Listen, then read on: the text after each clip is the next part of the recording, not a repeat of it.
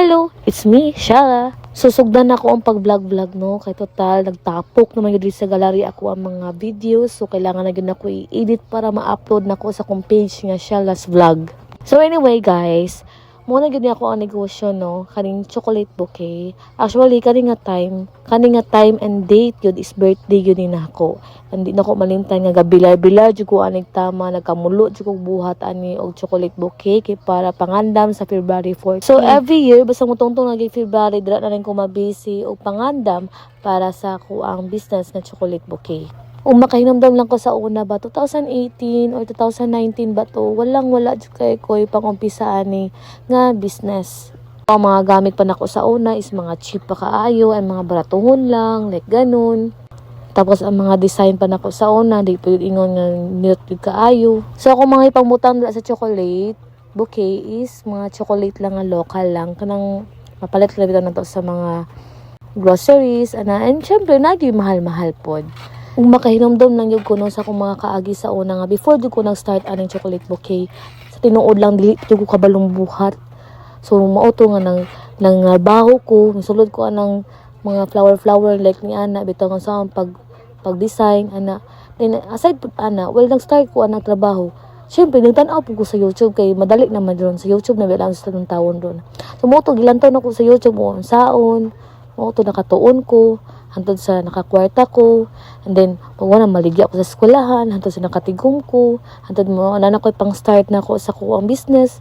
Like ni ana sa panahon bitaw ron no, kailangan din nato og diskarte lang gid sa kinabuhi bitaw.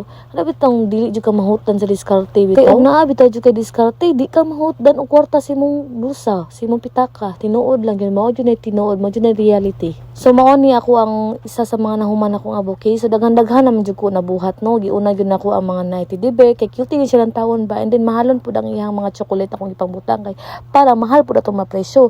Dapat magnegosyo gani mo, dapat mo ginansya gyud mo ug mahimo times 2 times 3 kay aron mapaldo bitaw kay negosyo man ta dapat di gyud ta mapalugi, dapat mo ginansya gyud pud ta kay ang kahago di lalim. Pero kung mosulod man gani ka sa negosyo, dapat i-love gyud pud nimo imong negosyo. Dili gyud pwede nga ang imong hunahuna lang is negosyo kay makakwarta ka, mo negosyo ka kay para dako ang income. No, dapat hunahuna nimo og negosyo ka, dapat imo jud sa yung i-love ang imong inegosyo para tuloy-tuloy na dayon ang process. So ako ga-expect gyud gani ani na di kadaghana ako nabuhat no. Gibilaran gyud ako taman sa kong starting sa kong birthday pa gyud. Og sa dihang puno na kaayo ang ako ang kwarto og chocolate bouquet. So wala may choice ni Elisha kundi matulog na lang gyud ming sa gawas ani. Early kay ko nakamata no, kay lagi ako sa lagi ampuan ni ako ang business before na ko siya ibaligya. So ako ang gina-pray diri is i-bless ang mga taong makadawat ani ako ang gibuhat.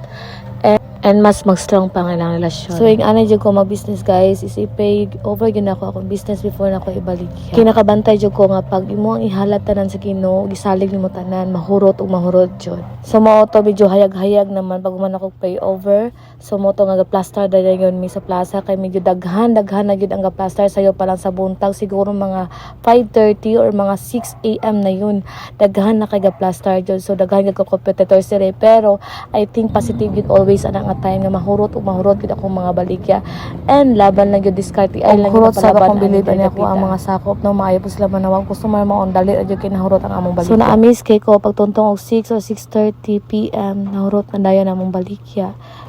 Mao to dako ay pasalamat gyud una-una kay Lord, labi na sa mga tawo mingpalit sa mua ug sa mga tawo ming tabang ug ming suporta kanako ug labi na ako ang mga sakop.